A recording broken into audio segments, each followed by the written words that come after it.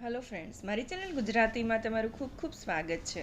આજે આપણે એકદમ વાયરલ અત્યારનું ડ્રિંક છે મેંગો સાગો ડિઝર્ટ બનાવવા જઈ રહ્યા છીએ, જે ખૂબ જ ટેસ્ટીની સાથે બનાવવા માટે બહુ ઇઝી છે. તો નેક્સ્ટ મહેમાન તમારા ઘરે આવે ને તો તમે આ ડિઝર્ટ જ બનાવીને એને સર્વ કરશો, એટલું બધું ટેસ્ટી બને છે.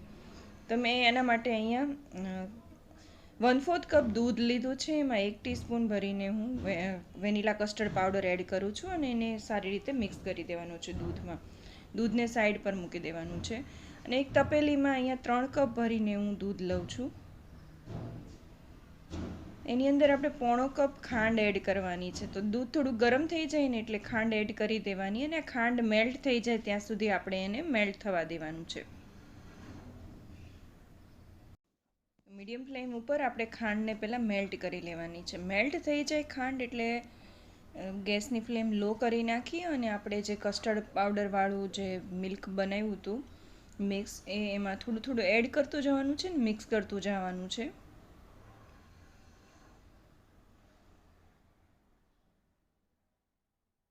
જેથી કરીને બધું તળિયે એકસાથે ચોંટી ન જાય.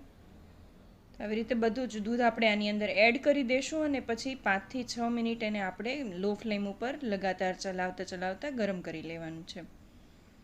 ગરમ થઈ જાય એટલે એને ગેસ બંધ કરી અને ઠંડુ થવા માટે મૂકી દેવાનું છે ને આ દૂધને રૂમ ટેમ્પરેચર ઉપર આવી જાય એટલે એને ફ્રીજમાં મૂકી દેવાનું છે ઠંડુ થવા માટે. તો કસ્ટર્ડ પાવડરની જગ્યાએ તમે આની અંદર કોર્નફ્લોર પણ એડ કરી શકો છો અને બેમાંથી એક પણ એડ ન કરવું હોય ને તો એમનામ પણ તમે દૂધને થોડું વધારે ગરમ કરીને પણ યુઝ કરી શકો છો. અહીંયા મેં 1/4 કપ સાબુદાણા લીધા છે. સાબુદાણાને આપણે પહેલાં 2 થી 3 પાણીથી હળવા હાથે ધોઈ લેવાના છે, જેથી સાબુદાણામાં જે પણ બધું કચરો હોય નીકળી જાય. અને એને ચોખ્ખા પાણીથી પલાળી દેવાના છે અડધી કલાક માટે. અડધી કલાક પછી પલળી જાય એટલે એક પેનમાં પાણી લઈ ગરમ થાય એટલે સાબુદાણા એમાં એડ કરી દેવાના છે અને સાબુદાણા ટ્રાન્સપરન્ટ થાય ત્યાં સુધી આપણે એને ગરમ કરી લેવાના છે. તો 3 થી 4 મિનિટમાં મીડિયમ ફ્લેમ ઉપર સાબુદાણા સરસ રીતે ટ્રાન્સપરન્ટ થઈ જશે. હવે ગેસ બંધ કરી અને આને આપણે ગાળી લેવાનું છે.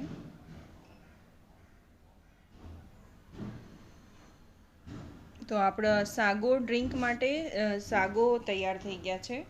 એને સાઈડમાં મૂકી દઈએ. અહીંયા મેં 1/4 કપ પાણી લીધું છે ને એની અંદર 1 ટીસ્પૂન હું તકમરિયા એડ કરું છું અને આપણે 2-3 મિનિટ ફૂલવા દેવાના છે. આવી રીતે સરસ રીતે પલળી જાય એટલે એને પણ આપણે સાઈડમાં મૂકી દઈએ. હવે સાબુદાણા સરસ રીતે નીતરી ગયા છે, એને પણ આપણે એક બોલમાં લઈ લઈએ. અહીંયા મેં 2 કેરી લીધી છે. તો અત્યારે મેં હાફૂસ કેરી લીધી છે. તમે કોઈ પણ કેરીથી બનાવી શકો છો, પણ કેરી ખાટી ન હોવી જોઈએ. એકદમ મીઠી કેરી હોય ને એવી રીતે પસંદ કરવાની છે. એની છાલ કાઢી અને એને એક કેરીને આપણે નાના નાના પીસમાં તૈયાર કરી લઈશું.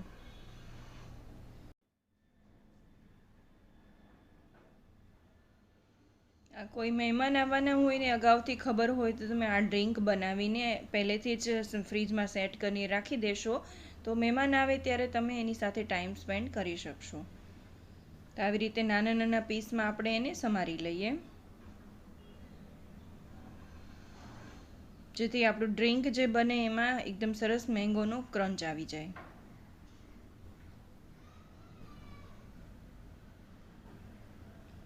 અને બીજી કેરી છે એને આપણે મિક્સર જારમાં લઈ અને પલ્પ બનાવવાનો છે.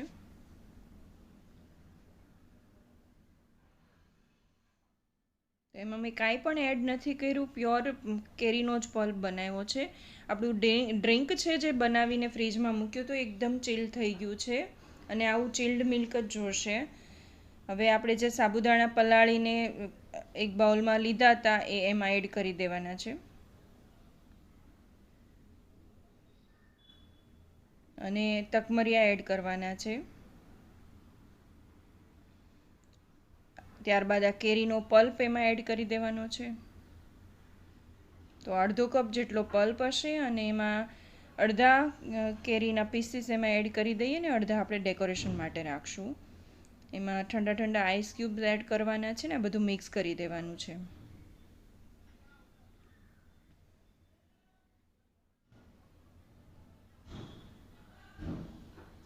તમે આની અંદર એલચી પાવડર પણ એડ કરી શકો છો. અને આ ડ્રિંક તમે મનપસંદ ફ્લેવરમાં પણ બનાવી શકો છો. ગ્લાસમાં ભરતી વખતે પહેલાં આપણે આઈસ ક્યુબ એડ કરી દઈશું ને એની પછી આપણે આ ડ્રિંકને એડ કરી દઈશું.